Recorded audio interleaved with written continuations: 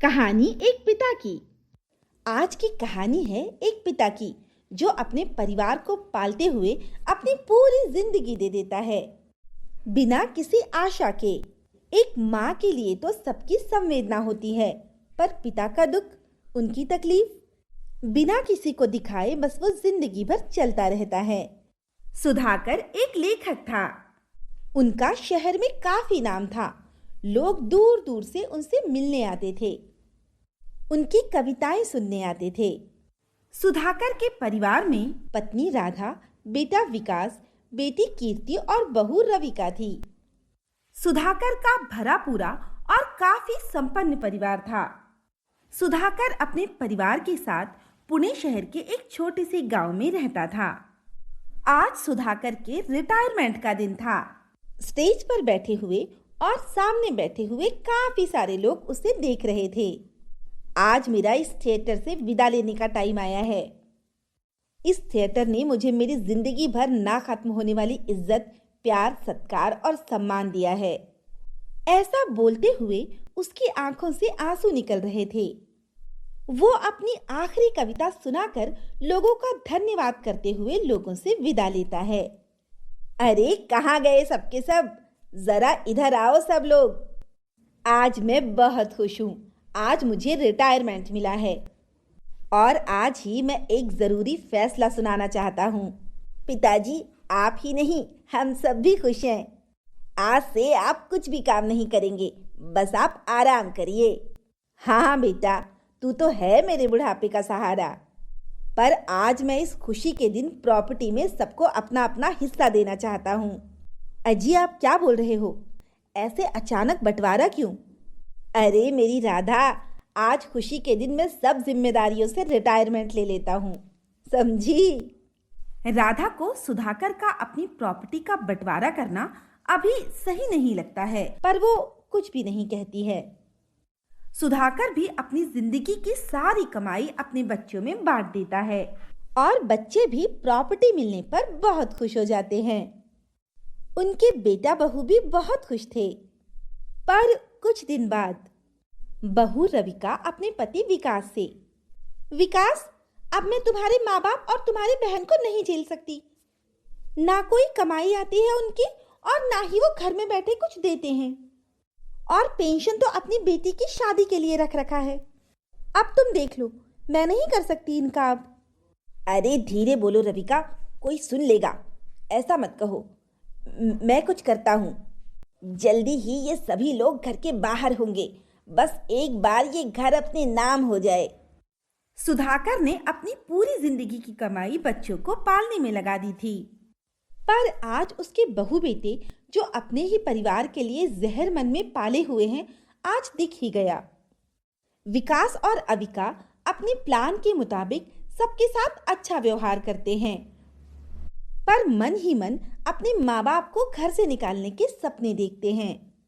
कुछ दिन बाद विकास पैसे से भरी हुई पोटली हॉल में बैठी हुई रविका के पास देता है और उसी समय सुधाकर पेपर लेने के लिए हॉल में आता है और पेपर लेकर रूम में चला जाता है। रविका मन में कुछ सोचती है और जोर जोर से चिल्लाने लगती है। हाय, मैं लुट गई, बर्बाद हो गई। मेरे पति की खून पसीने की कमाई चोरी हो गई। अब मैं क्या करूं? हे राम, अब क्या होगा? हम तो सड़क पर आ जाएंगे। अरे बहू, काय हुआ? क्यों सुबह सुबह चिल्ला रही हो? हाँ बहू, कुछ तो बता, इतना क्यों रो रही है? और कब चोरी हुई घर पर? देखिए ना माँ जी, अभी विकास ने पैसे दिए थे मुझे रखने के लिए और मैंने हॉल में ही रखे थे टेबल पर।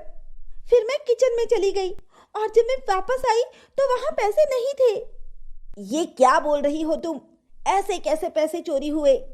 बाहर से तो कोई आया भी नहीं है, घर पर ही किसी ने लिए होंगे। बेटा, तुम कैसी बातें कर रहे हो? अपने ही घर पर कोई चोरी करेगा क्या?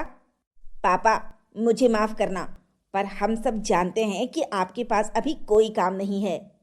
और जैसा कि रविका ने बताया कि आप ही आए थे हॉल में, कहीं आपने तो। ये बात सुनते ही राधा विकास को थप्पड़ मारती है। तुम कैसे बेटे हो?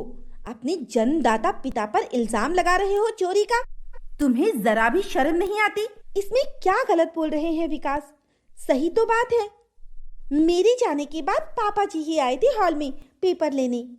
अब सबको पता है कि पापा रिटायर हो चुके हैं और पैसे की जरूरत पड़ी होगी तो चुरा लिए घर में ही पैसे। हाँ नहीं तो। बस बहू, तेरी हिम्मत कैसे हुई इतना बड़ा इल्जाम लगाने की? तू भूल गई क्या? तेरे पति और तेरा पूरा खर्चा मेरे पति ही उठाते थे और आज तो इल्जाम लगा रही है इन पर। बस कर राधिका, बस कर। इस घर में हमारी कोई कीमत नहीं है। जिंदगी ने मुझे बहुत पाठ पढ़ाए हैं, पर आज ये दिन भी देखना पड़ेगा। पता नहीं था मेरा खुद का बेटा और बहू मुझ पर चोरी का इल्जाम लगाएंगे। कभी सपने में भी नहीं सोचा था मैंने। चल राधिका, हम यहाँ से चलते हैं अब। सुधाकर और राधिका रोते हुए घर छोड़कर चले जाते हैं।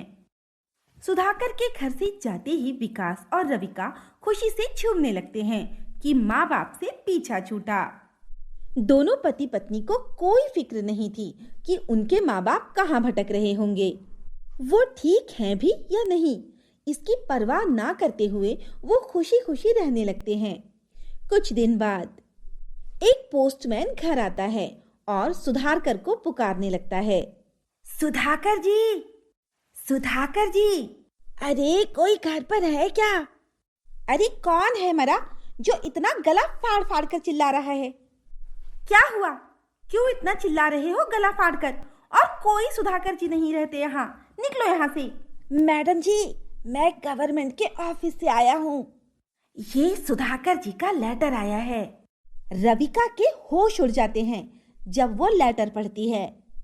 आगे सुधाकर के साथ क्या हुआ और रविका लेटर में ऐसा क्या पढ़ती है, जानने के लिए बने रहिए हमारे साथ अगले भाग में। पार्ट 2 जल्द ही आएगा। तब तक के लिए चैनल को सब्सक्राइब कर लीजिए और बने रहिए हमारे साथ।